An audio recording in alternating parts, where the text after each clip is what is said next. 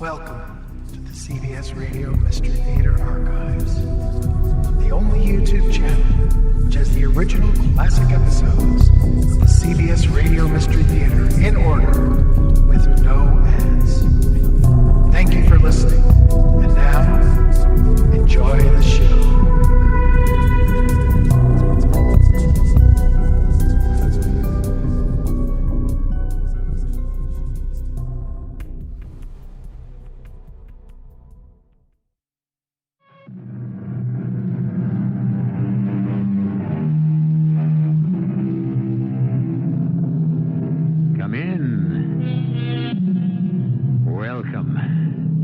I'm E.G. Marshall.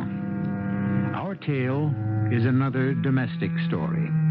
It's about the happy home life of a modern young family. A life, unfortunately, which is cut brutally short. Please be warned. Some of the scenes may not make you feel safe and secure, even if your door is locked and bolted.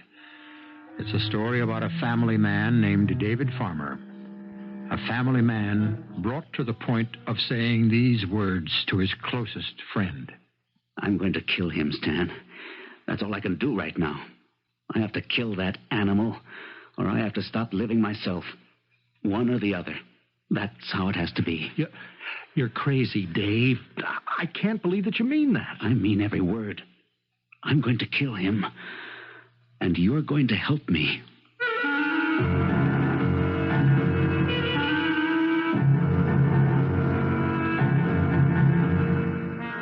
Our mystery drama, Promise to Kill, was written especially for the Mystery Theater by Henry Slesar and stars Gordon Gould. It is sponsored in part by Buick Motor Division and Anheuser-Busch Incorporated, brewers of Budweiser. I'll be back shortly with Act One.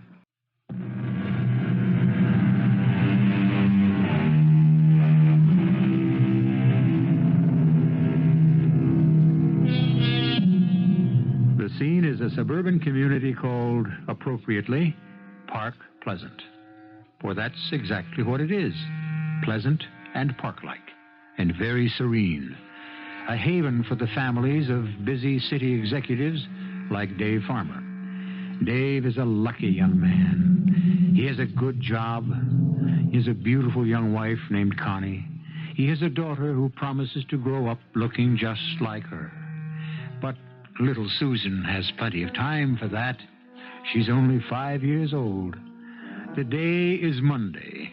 The time is 8:15 a.m. The day is just beginning. So is a nightmare. Dave, will you please hurry up? Stan's going to drive me crazy with that horn. I'm coming. I wish you wouldn't fly down those stairs. I'm always afraid you'll break your neck. Listen, it's my neck that's the problem. I can't seem to tie my tie around it this morning. It's no wonder with Stan blowing his horn that way. What's the big hurry? It's only 15:15. He's got to be in court this morning. Well, that's his problem. You don't have to be at work until 9, and I insist that you have some breakfast. I really don't have time, honey. Yes, you do. Look, the eggs are all made. The toast is halfway done. No, it isn't. You haven't plugged it in. Oh, my. That's Susan again. She insists on pulling plugs out of the wall. You better keep her away from wires and stuff. She'll electrocute herself. Anyway, here are the eggs. Hey, what's going on here? Come on in, Stan. I've been intimidated into eating breakfast. Breakfast? Listen, I've got a case to argue this morning, and this carpool was your idea. It's okay. I'm all ready. That didn't take long. You didn't even taste those eggs. They were great. Terrific. I am sorry to rush him out so early, Connie. Daddy! Uh-oh. A new complication. Where's my Pooh Bear? That's right, my darling. You told Susan you were going to bring her a Pooh Bear last night. But I did. I just got home too late to give it to her. She was already asleep. Well, where is it, Daddy? Wait a sec. Oh, for Pete's sake. Come on, Dave. Am I going to hang up my client for a woolly bear, huh? I want my Pooh Bear. Here it is, just as I promised. Oh, isn't he cute? Don't you love him, Susie? Oh, yes. Say thank you, Daddy. Thank you, Daddy. Dave, will you please... So long, darling. Bye. And will you call me this afternoon? Don't I always? Have a good day. You too, Stan. Thanks. You two have already ruined my day. Serves you right, bachelor.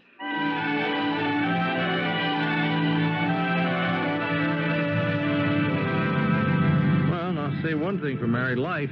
Hasn't hurt Connie's looks. Yeah, she really looks great, doesn't she? Yeah, I've almost forgotten how pretty she is. It's the first time I've seen her in more than a month. That's not my fault, pal. I told you what to do.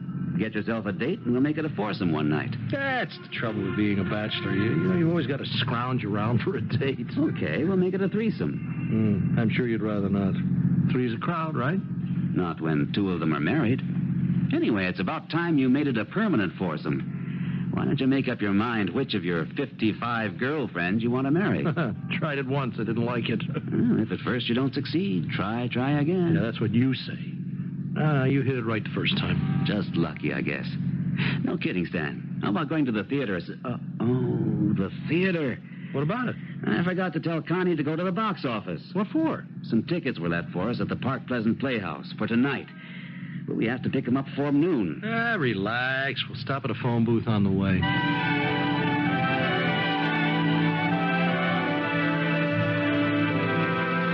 Susie, are you sure you want to dry those dishes? Mommy can do them. I want to help. Well, it's sweet of you, baby, but there are only a few. Can I give Winnie the Pooh scrambled eggs? No, dear. Bears don't eat eggs. What do they eat? Bears eat honey. But I could give him... No. You can't give Winnie the Pooh any honey either. I mean, bears don't eat anything this time of the year. They just sleep. Oh, then maybe I better put him to bed. Now, that's a good idea. How long do bears have to sleep? Well, they usually sleep through the whole winter. That long? Maybe Pooh Bears are different. Run along now, dear. Mommy has to answer the phone. Maybe it's for me. Maybe so.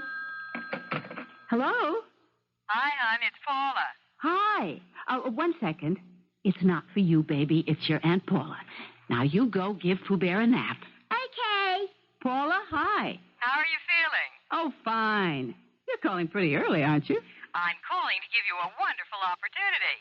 If you meet me in the city before noon, I'll buy you lunch and then we can go shopping. Oh, I can't today, Paula. I'm sorry. Why not? Well, Susie's home from school, for one thing. They're having one of those teachers' conferences. Why can't the maid take care of her? Because it's Emily's day off, and I've got a dozen things to do around the house, and at the moment I have to answer the doorbell. Go ahead. Who's stopping you? Well, do you want to hold on, or should I call you back? I'll hold on.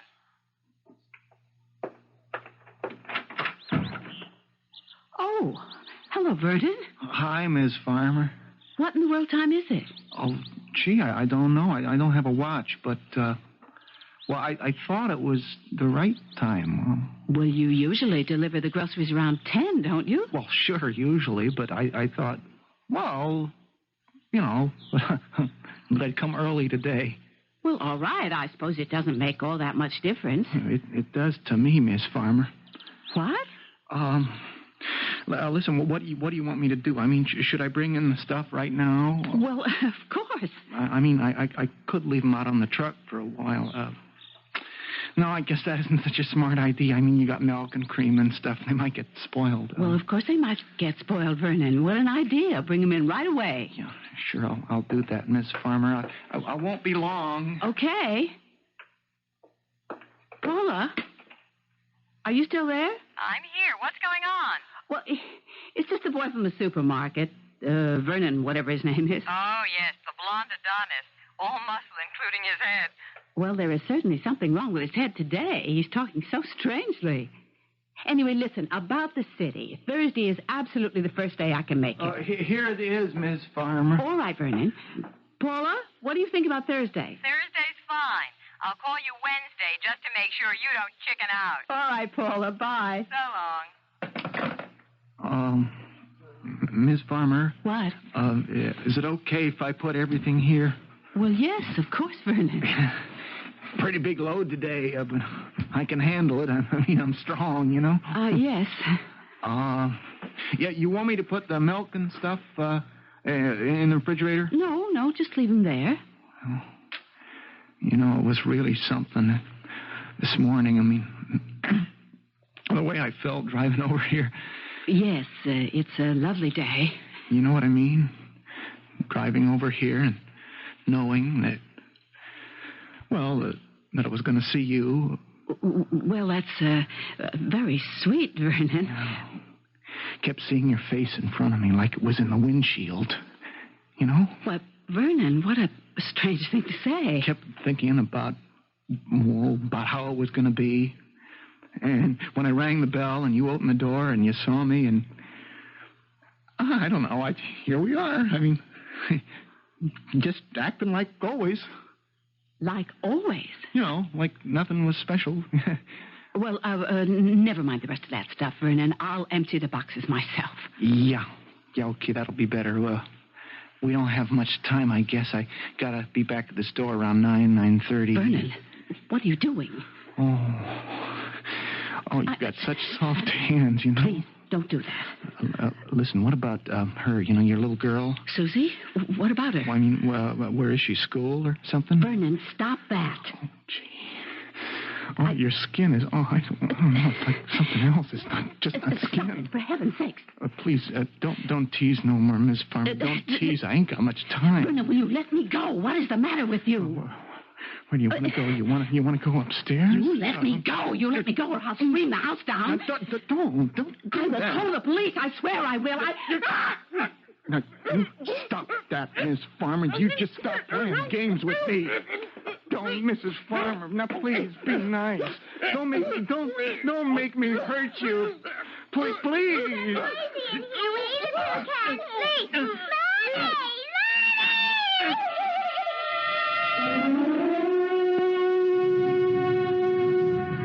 Are you sure you dialed the right number? Positive. Think I don't know my own number? A lot of people don't. Connie's got to be home. We left her only half an hour ago. Well, maybe she's in the bath. Susie picks up the phone when she is. I'll try just once more.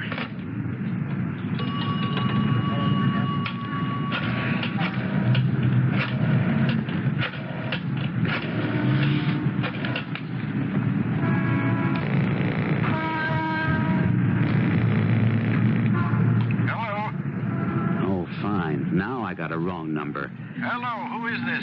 I was calling the farmer residence. Oh, yeah, this is the right place. Who am I speaking to, please? Well, maybe you can answer the same question, since it's my house. Are you Mr. David Farmer? Yes, that's right. And who are you? This is Patrolman Ernest McLeavy, Mr. Farmer. Did you say patrolman? What was that? Listen, is there something wrong out there? Was there a fire or something? Good Lord, Dave, No, Mr. Farmer. It's not a fire. Could you please tell me where you're calling from? I'm in a phone booth on the expressway. For Pete's sake, will you tell me what you're doing in my house? Let me speak to my wife. I'm sorry, Mr. Farmer. You can't do that. Maybe it would be best if you came back home. I'm not doing anything until you tell me what happened there. There was a little trouble. I mean, a lot of trouble. I want to know what kind. You'd better just come back here, Mr. Farmer. Your wife and kid were hurt very bad. Oh, Lord. Connie, Susie. How bad? What's going on, for Pete's sake? I want to know what happened. I want to know how they were hurt and how badly. I hate to tell you, Mr. Farmer. I mean, just like this over the phone. Damn you, tell me. They're dead. Both of them are dead, Mr. Farmer.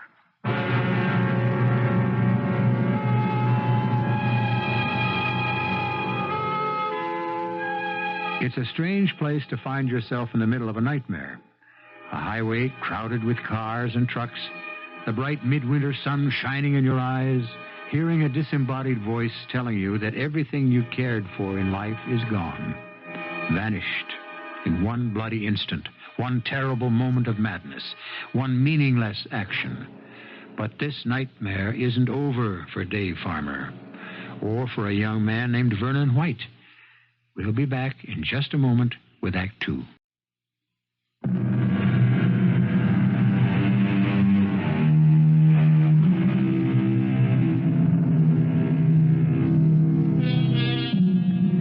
The scene changes. We are no longer in the quiet suburb of Park Pleasant. We are in a large, high-ceilinged room, flanked by American flags, solemn with the traditions of American justice. This is a courtroom. Seated in the front row is David Farmer. Beside him sits his friend Stan, his sister-in-law Paula. His face is ashen, haunted. And at the defense table, his hair neatly combed and brushed, his cheeks rosy, wearing his best blue suit, Looking very much like the all-American boy sits Vernon White, killer. Your Honor, Yes, Mr. Waterman. the defense has no objection to these photographs being submitted to the jury, but these proceedings have been delayed long enough. Very well. Is the prosecution ready to proceed? Yes, Your Honor. Then please continue your examination of the witness. Yes, Your Honor. Patrolman McLeavy, you've seen these photographs we've shown the jury? Yes, sir. Is it an accurate representation of the scene you discovered that morning at the farmer house? Yes, sir. That's what I found. A young woman brutally assaulted, strangled to death. Yes, sir. Evidence of a struggle. Yes, sir.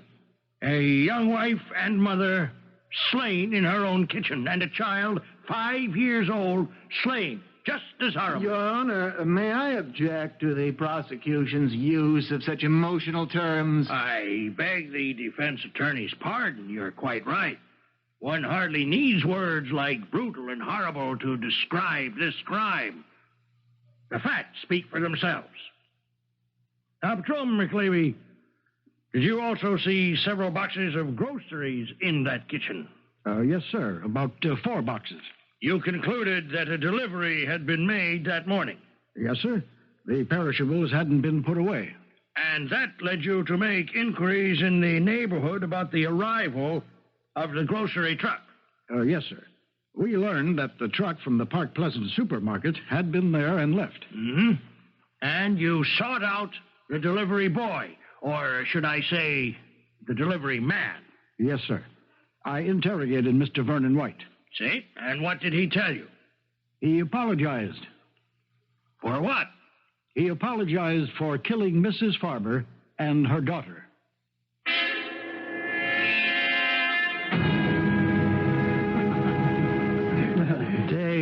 Dave, eat something, will you? Don't just stare at your plate. Now, come on, eat. No, I can't. David, this is ridiculous. No breakfast, no lunch. What good is that going to do you? No good. Oh, you talk some sense into him, Paula. Look at him. He's lost 10 pounds since the trial started. David, please. She was my sister. I loved her. I loved Susie. But I know that I have to stay alive. I know that. And so do you. Come on. Let's get back to court.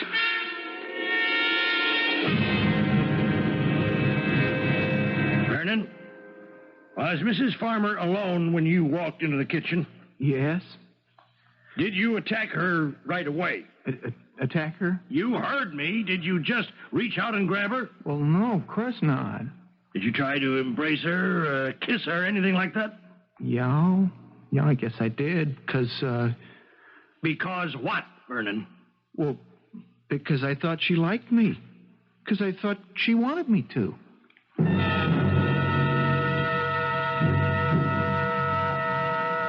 The defendant will rise. Vernon White, you have been tried and convicted for the crime of homicide in the first degree. The laws of this state, as amended on October 5th, 1974, impose a mandatory sentence for this crime. Therefore, it is my duty to instruct the warden of the state prison in Peakstown to take you to a place where you shall be kept until the 31st day of March, 1976, at which time you will be hanged from the neck until dead. May God have mercy on your soul.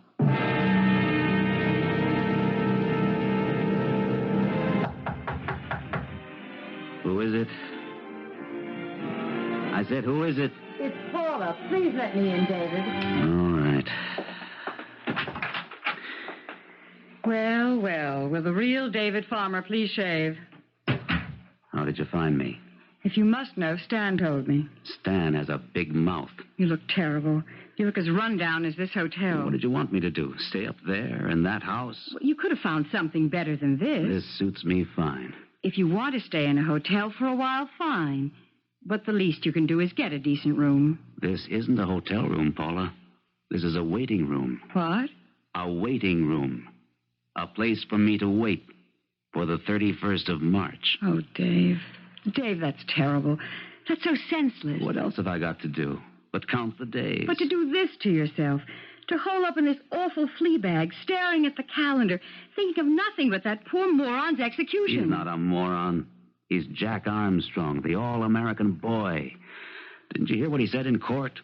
He thought Connie liked him, that she wanted him. Dave, listen to me. Vernon White killed something very precious to me, too. Dave, I have to tell you something. Tell me what? What you want to happen isn't going to happen. What did you say? There isn't going to be any 31st. There's always a 31st, 7 months out of the year. I mean, there isn't going to be any execution. Stanley called to tell me. I think that's why he gave me your address, so I could break the news to you instead of him. What are you talking about? The appeal was accepted because of Vernon's substandard intelligence. Oh, something like that.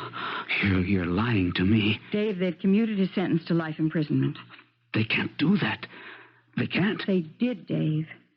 Vernon White went through tests. He's not an imbecile, and he's not insane. But he's just not smart enough to know the difference between right and wrong. They can't do that. He killed Connie.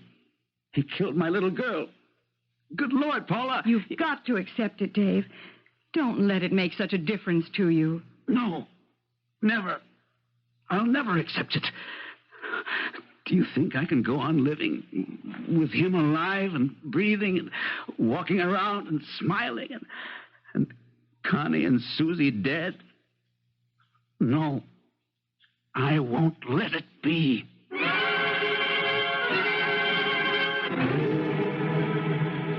Stan, admit it. Vernon isn't crazy. They would have pleaded insanity if he was. It's not a matter of sane or insane, Dave.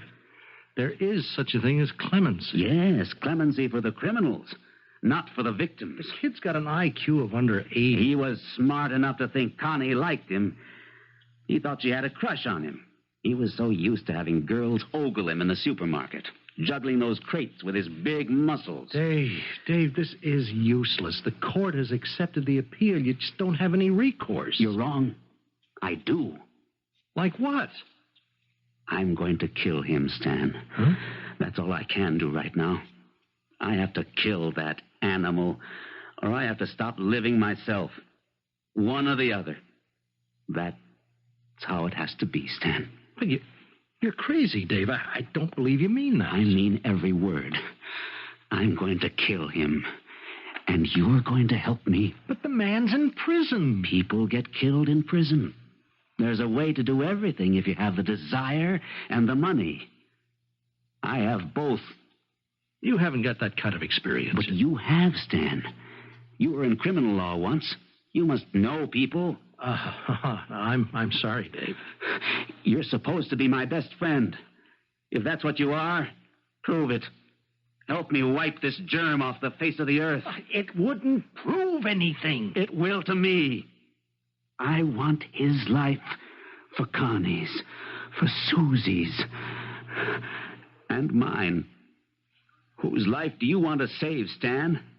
Vernon White's or mine? Oh, no. I hope you're not talking about... Sure, that's what I'm talking about.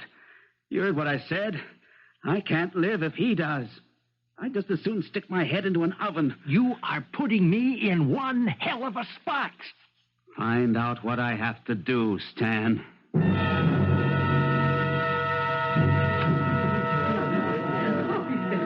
Mr. Ross, this is Dave Farmer.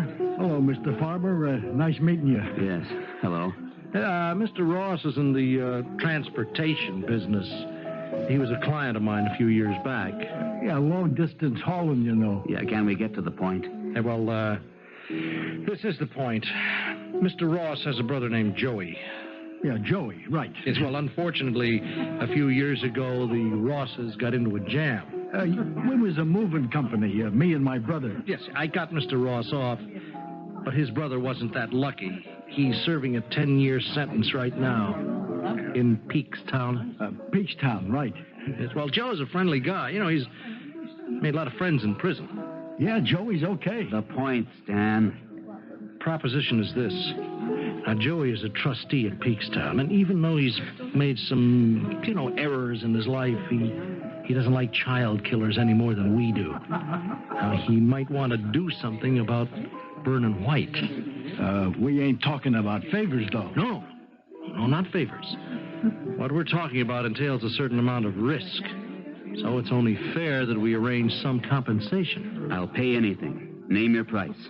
We've already agreed on a price. It's $3,000. I'll make it 5. Wait a minute, Dave. I'll make it 5 if you kill him before the 31st.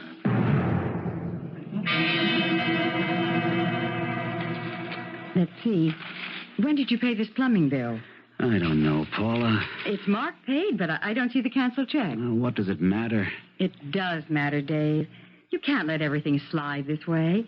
Half a dozen people are threatening to sue you for this or that. And I suppose you know that you let your insurance policy lapse.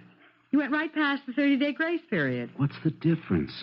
You know why I had that policy. But it's ridiculous to let it lapse. One of these days you might Don't say that, Paula.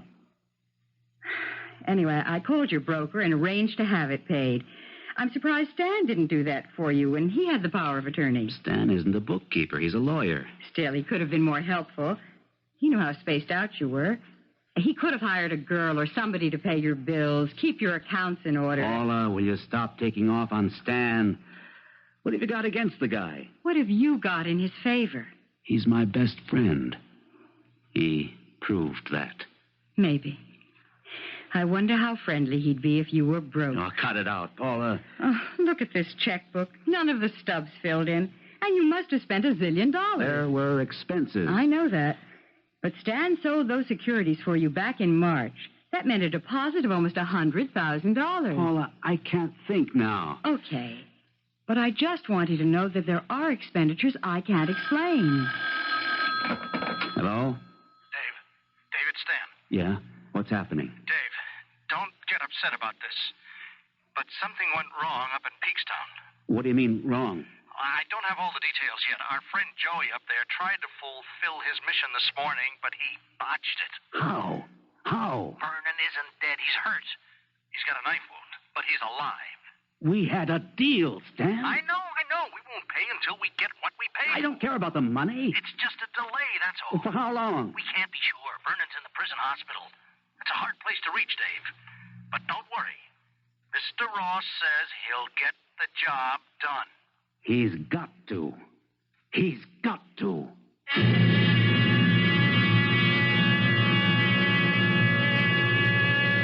And so the executioner has failed to perform his allotted task. Vernon White is alive, and not so well, in the prison hospital. But the physicians who will treat his wounds don't know that he's suffering from what might well be a terminal illness, the disease called revenge. We'll see if Dave Farmer gets that revenge in a few moments when I return with Act 3.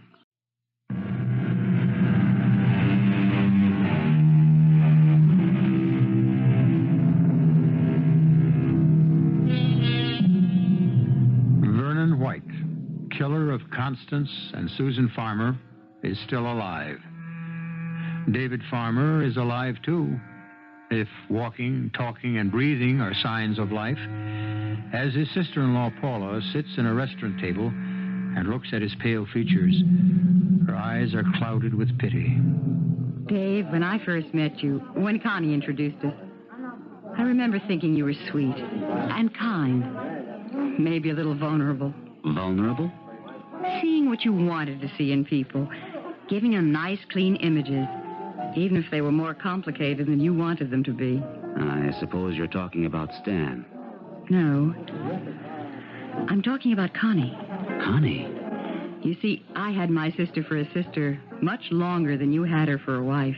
I never saw anything complicated about Connie. It was hard to see. She had such a bright, glowing surface. Paula, we were married 6 years. Do you think I didn't know Connie? She always wanted so much, Dave. That's what worried me when she told me she was getting married. She was used to 100 phone calls, 7 dates a week, 50 men in her life at all times. She was beautiful, Paula. I know. She was dazzling. Maybe that's what happened to that poor delivery boy. He was dazzled out of his senses. Is that why you wanted to have dinner with me?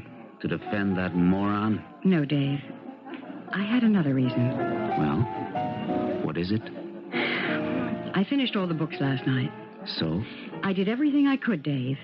I got everything to balance, practically to the penny. I knew you were a great bookkeeper. The only trouble is, I still can't explain some of the cash withdrawals that were made by Stan. Forget them. Forget? You heard me. Forget $25,000? 25,000? That's right. Well, now even you seem surprised. Well, it can't be that much, Paula. It just can't be. It is. And I think you must know what that means.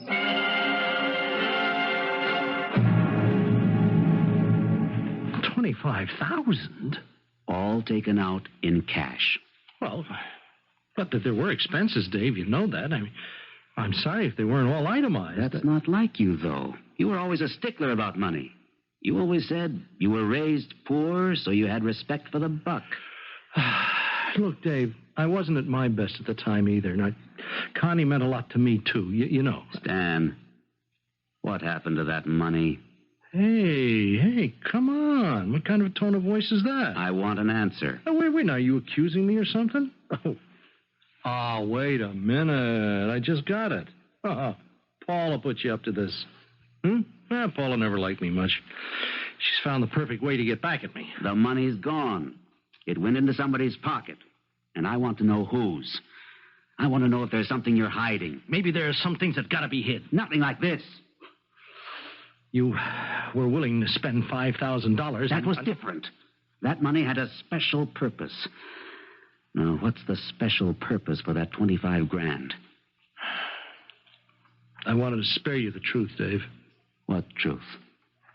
Well, even now, I don't want to tell you. I'd rather you thought that I was a thief and a swindler, that I robbed you. Is that what you did? No. What I did for you and for Connie. Connie? I swore to myself that you'd never learn about it. Learn about what? The money? About what the money bought. Well, go on. It went into somebody's pocket, all right. George Waterman's. Vernon's defense attorney? Are you kidding me? I had to do it, Dave. I had to make things easier. Well, how could they be easier? Vernon confessed. His prints were on everything. There wasn't any doubt of his guilt. Dave, the money bought a note. What note? I should have burned it the minute it was in my hand, but I didn't. Lord knows why. Who knows? Maybe I was afraid that this would happen, that I'd have to account to you for what I did. What note? Who wrote it? What did it say? I have it here. It's in this drawer. Oh, I would give my right arm if you never had to see it. It's Connie's stationery. Yes. Her handwriting. Yes. I have to see you. Dave leaves for the city at 8:30. I'll try to send Susie out to day school. I'll be waiting for you, darling. Please don't disappoint me. I am sorry, Dave. It's her handwriting. Yes, I know. I have to see you. Dave leaves for the city. Good Lord, Stan. What does this mean? The note was sent to Vernon White. No, that just can't be. He turned it over to his attorney after the arrest. Waterman didn't want to submit it into evidence before he talked to me. He knew it wouldn't make any difference as far as the verdict was concerned. It might even have made his client a little less pathetic, but he knew it would make a difference to us. I'm not going to believe it. I'm not. Oh, heaven help me. I didn't want to either. But it's the truth. $25,000 worth of ugly truth.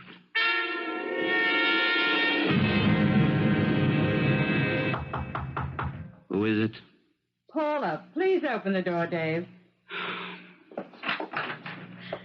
Don't worry. I didn't bring you chicken soup, just a couple of containers of coffee. Did you think I'd need sobering up?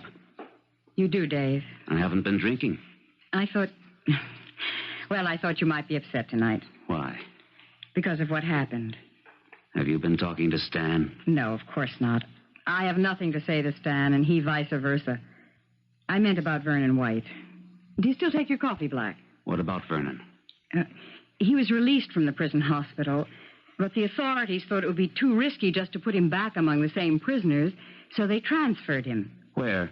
Well, I guess they thought he couldn't be very dangerous after the knife wound and all that, but he must be a strong young man. Get to the point. He got away, Dave. Vernon's loose.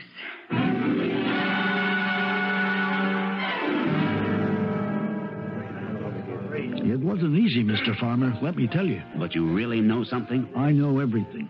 This kid Vernon is a dope. He ain't playing with a full deck, you know what I mean? I know. Well, a pal of mine, he lives on East Avenue. He gives me the tip. Some kids in the neighborhood, like a gang, they do a lot of prowling around the section where they're knocking down buildings for some kind of housing project.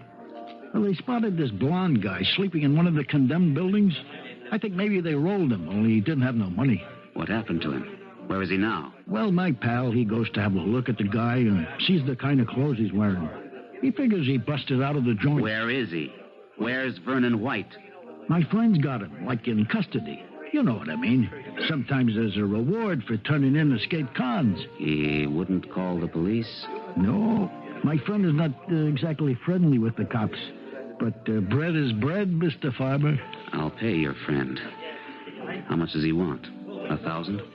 More like 2. And then there's me. I put in a lot of time. All right. 1,000 for you, 2 for your friend. Only, I want one other thing. I want a gun.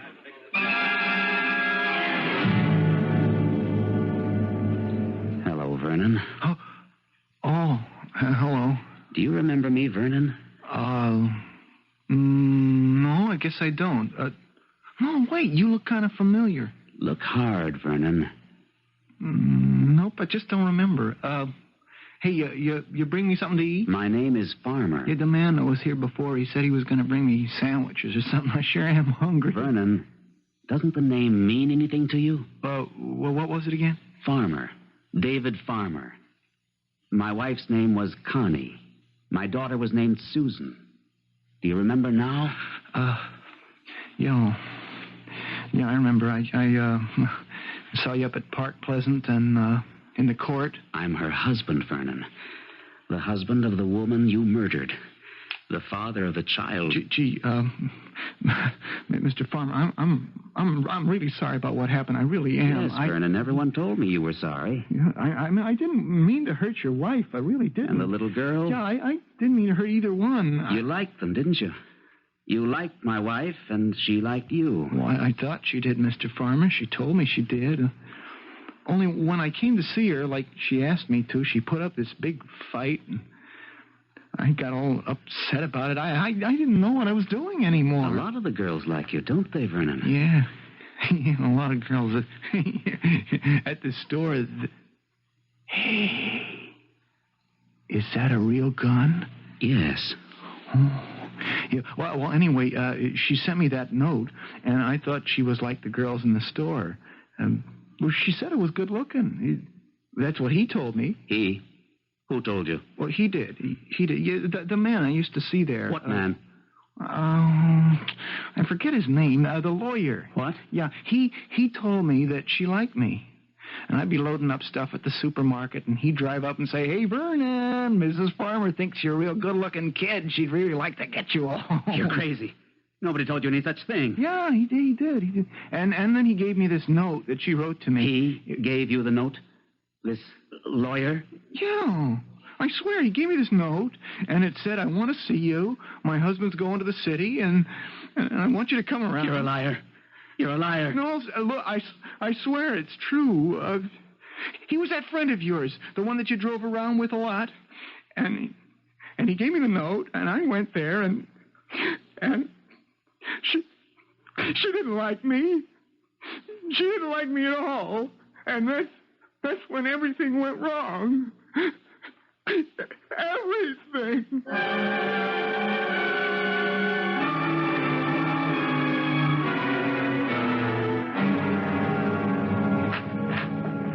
Come on in, Stan. Oh, thanks.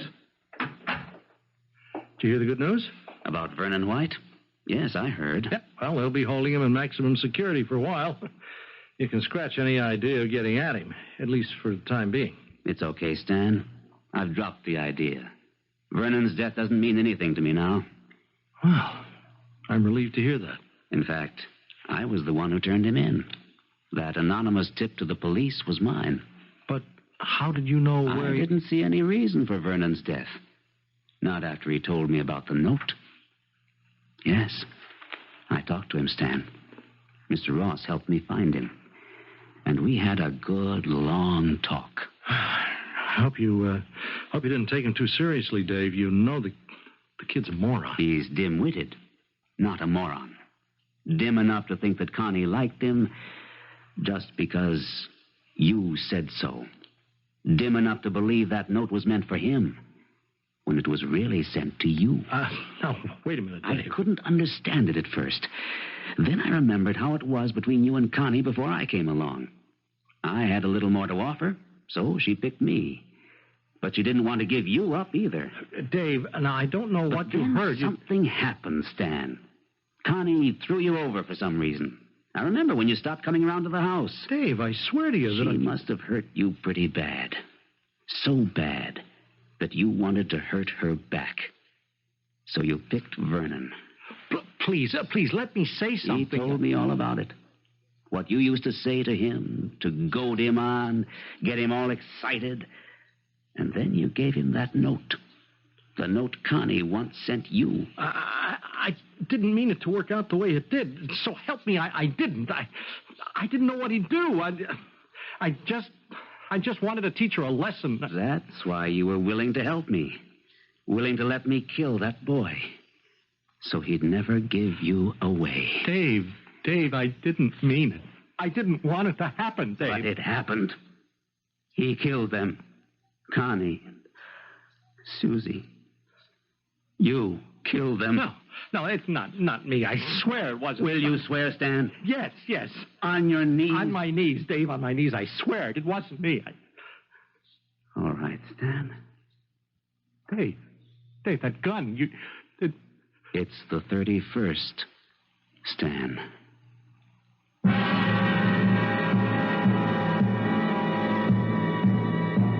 An execution has taken place on the 31st of the month. In the mind of David Farmer, justice has been done. But now, the executioner himself must face the bar of justice for usurping the privilege only the law can have. Only the law must have. I'll be back shortly.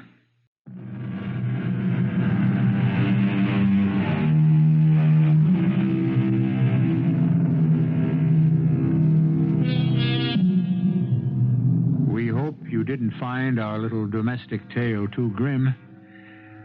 When violence strikes close to home, it's always more upsetting. If you are disturbed, why not sit back now, have a nice warm drink, go to bed early, and take tomorrow off. Then you'll be all ready for a little more terror and suspense when we return with another episode of Radio Mystery Theater. Our cast included Gordon Gould, Earl Hammond, Russell Horton, Hetty Galen, Lesley Woods, and Roy Lemay. The entire production was under the direction of Hyman Brown. And now, a preview of our next tale. He stopped for a moment, and he sort of looked back over his shoulder. Just long enough so I could get a glimpse of his face. Right, and he looked like Boris Karloff. No. But so help me, I know who he did look like. Yeah, and now you're going to tell me it was your bench sitter, right? Your, what is it you call him, your viewer? That's just what I'm telling you. I'll lay $1 to donuts that old bum used to visit or sneak into this house around 50 years ago when he was a young guy. So maybe he did. But what's it to you? What do you care? I don't know. I just sure give a hell of a lot to know what went on in that house that was strong enough to call a man back from today to walk through that frame to yesterday. Radio Mystery Theater was sponsored in part by Anheuser-Busch Incorporated, Brewers of Budweiser, and Buick Motor Division. This is E.G. Marshall inviting you to return to our Mystery Theater for another adventure in the macabre. Until next time, pleasant dreams.